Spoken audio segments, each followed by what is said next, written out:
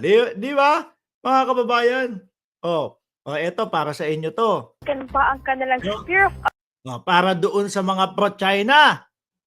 Oh, para doon sa mga sumusuporta sa China. Di ba, mga kababayan? Wala pong iba. Ay, sabi, pakita mo data. Ay, naku.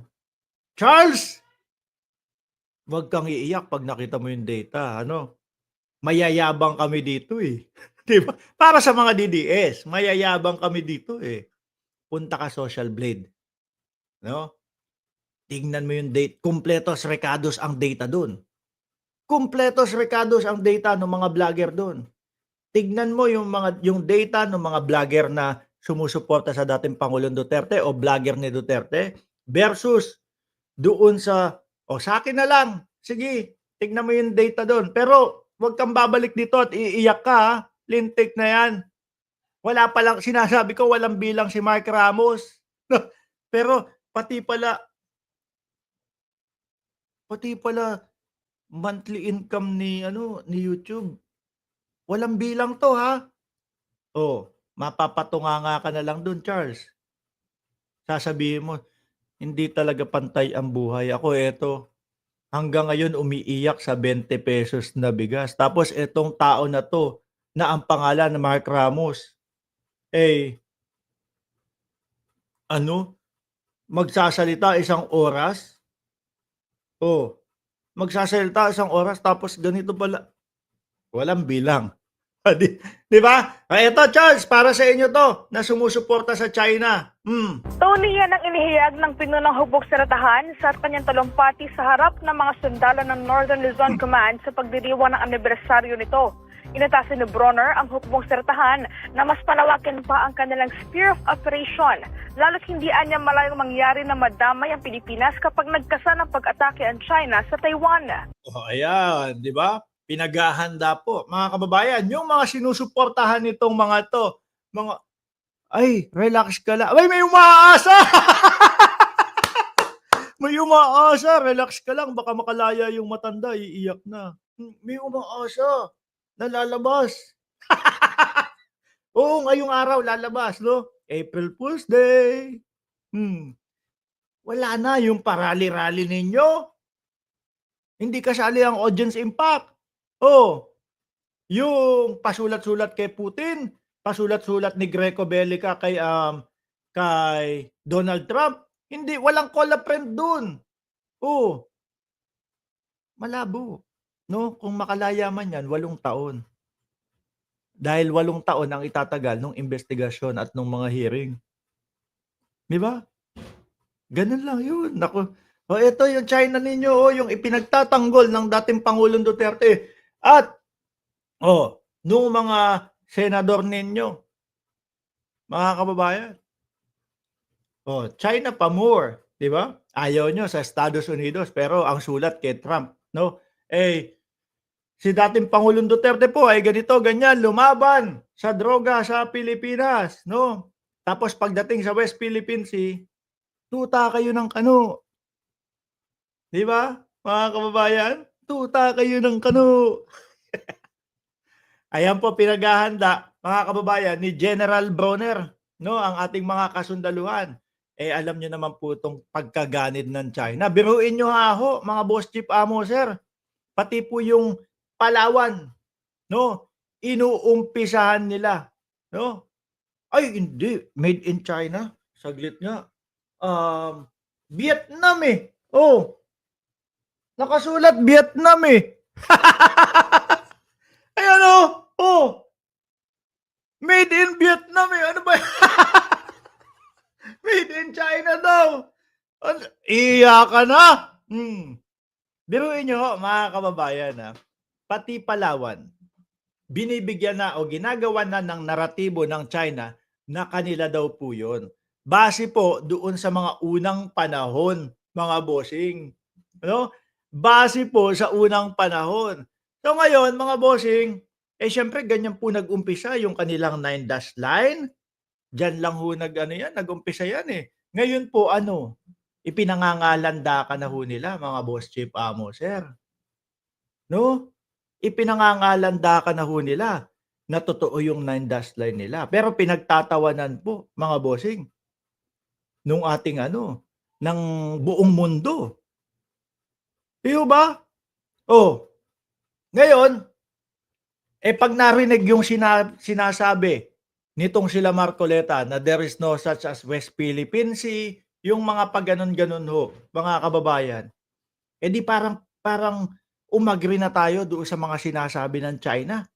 No? Pag narinig yung sinabi nung si Lopez na wina-water cannon, nagwa-water cannon din po tayo. Pag narinig ng yun, buong mundo, totoo pala yung sinasabi ng China na binubuyo nila o binubuyo ng Pilipinas ang China, kaya sila wina-water cannon, kaya sila ginaganon.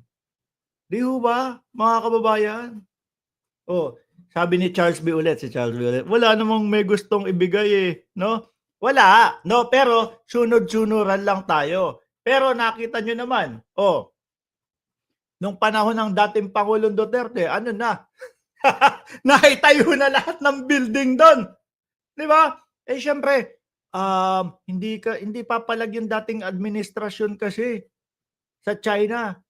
Di ba? Kaya sunod-sunuran na.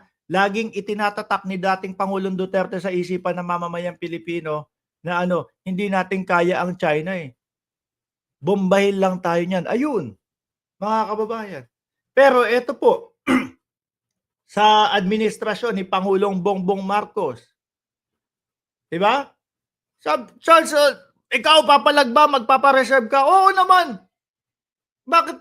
Bakit kami matatakot?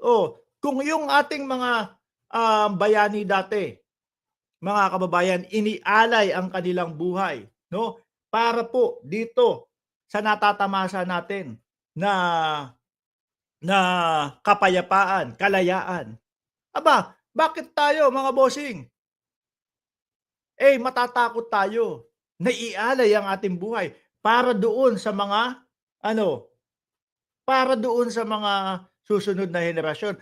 Ito po kasing mga DDS, mga bossing, duwag po yan. Yan po yung mga takot, no? Na tumatamasa po ng kalayaan, galing po doon sa ating mga ninuno, sa pagtatanggol ng ating mga ninuno, tapos takot po yan, ipagtanggol. Yung ating bayan. Sabi nila, kayo ibabala sa kanyo na kayo una, BBM vloggers yung mga sumusuporta kay Pangulong Bongbong Marcos. Sila ho, mga bossing, wala, takot, sa likod daw sila. Iyak ka na, hindi na masaya. Kita nyo? Pagka po pinatawag ng dating Pangulong Duterte yan, mga kababayan, isog tayo, halika, mag-EDSA tayo. Yang mga na ho yan, yung mga taga-suporta nila, wala ho, hindi pupunta. Kinukupal lang ho niyang mga yan. Si dating Pangulong Duterte, di ba? Hindi ka namin nakita doon sa EDSA. Kinukupal lang niyang mga yan si dating Pangulong Duterte, mga kababayan. Bakit? Kasi sasabihin ng dating Pangulong Duterte, tara, mag-isog tayo, mag-EDSA tayo. Tapos sasabihin na, opo, pupunta po kami. Putik na yan. Pagdating ng EDSA, 32 ang pumunta, 17 vlogger. Hindi pa pupunta yun kung walang palipad. Hindi mo ba, mga kababayan? Mga duwag ho yan. Alaw siyag bolso yan. Pagka sa pagtatanggol na po sa ating bayan, una kayong mga DDS, una kayong mga BBM vloggers, ha? Ganun yung mga yan. Mga takot ho talaga yan, mga kababayan. Di ba? Let me give you this challenge, this further challenge. Do not be content with securing just the northern hemisphere up to Magulis Island.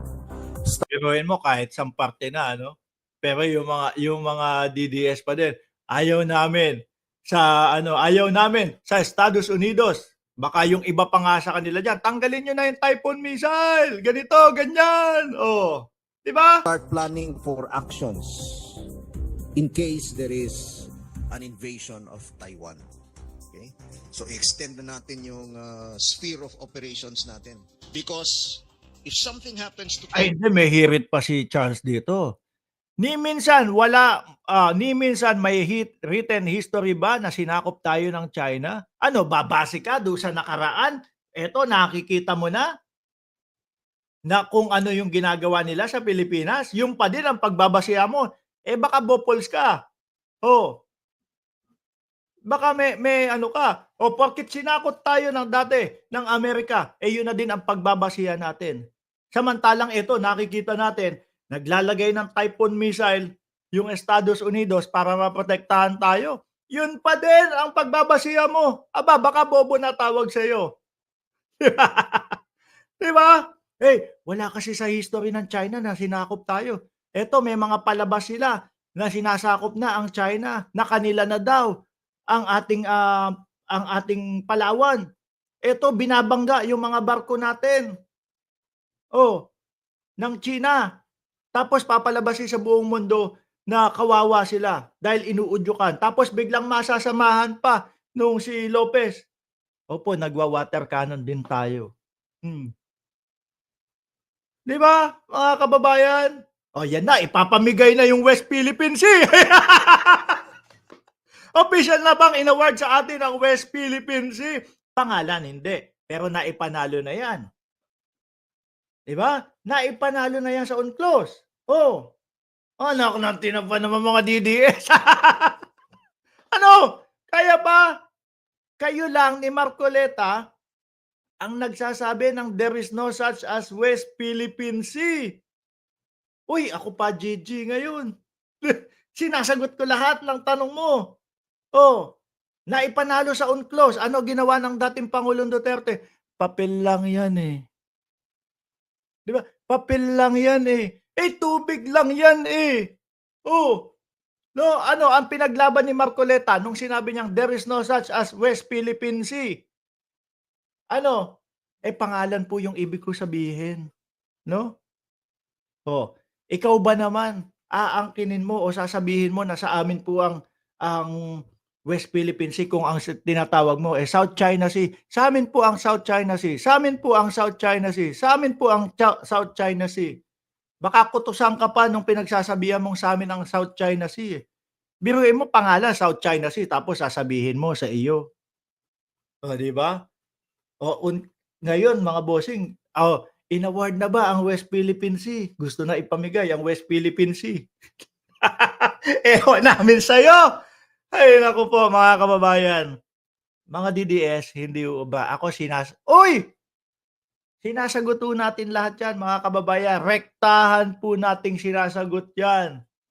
Di ba? O, naipanalo na ng Pilipinas sa UNCLOS ang karapatan natin diyan mga bossing. Ang ginawa ng dating Pangulong Duterte, wala.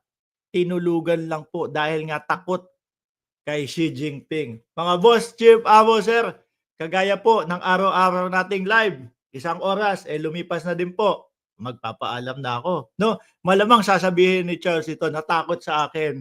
Si Mike Ramos. Lahat yan, sinagot ko ha. Magpapaalam na ako. Maraming salamat. And God bless po. Oy, iiyak kayo susunod, no? Pagdating ng July, iyakan ulit yan. Impeachment naman.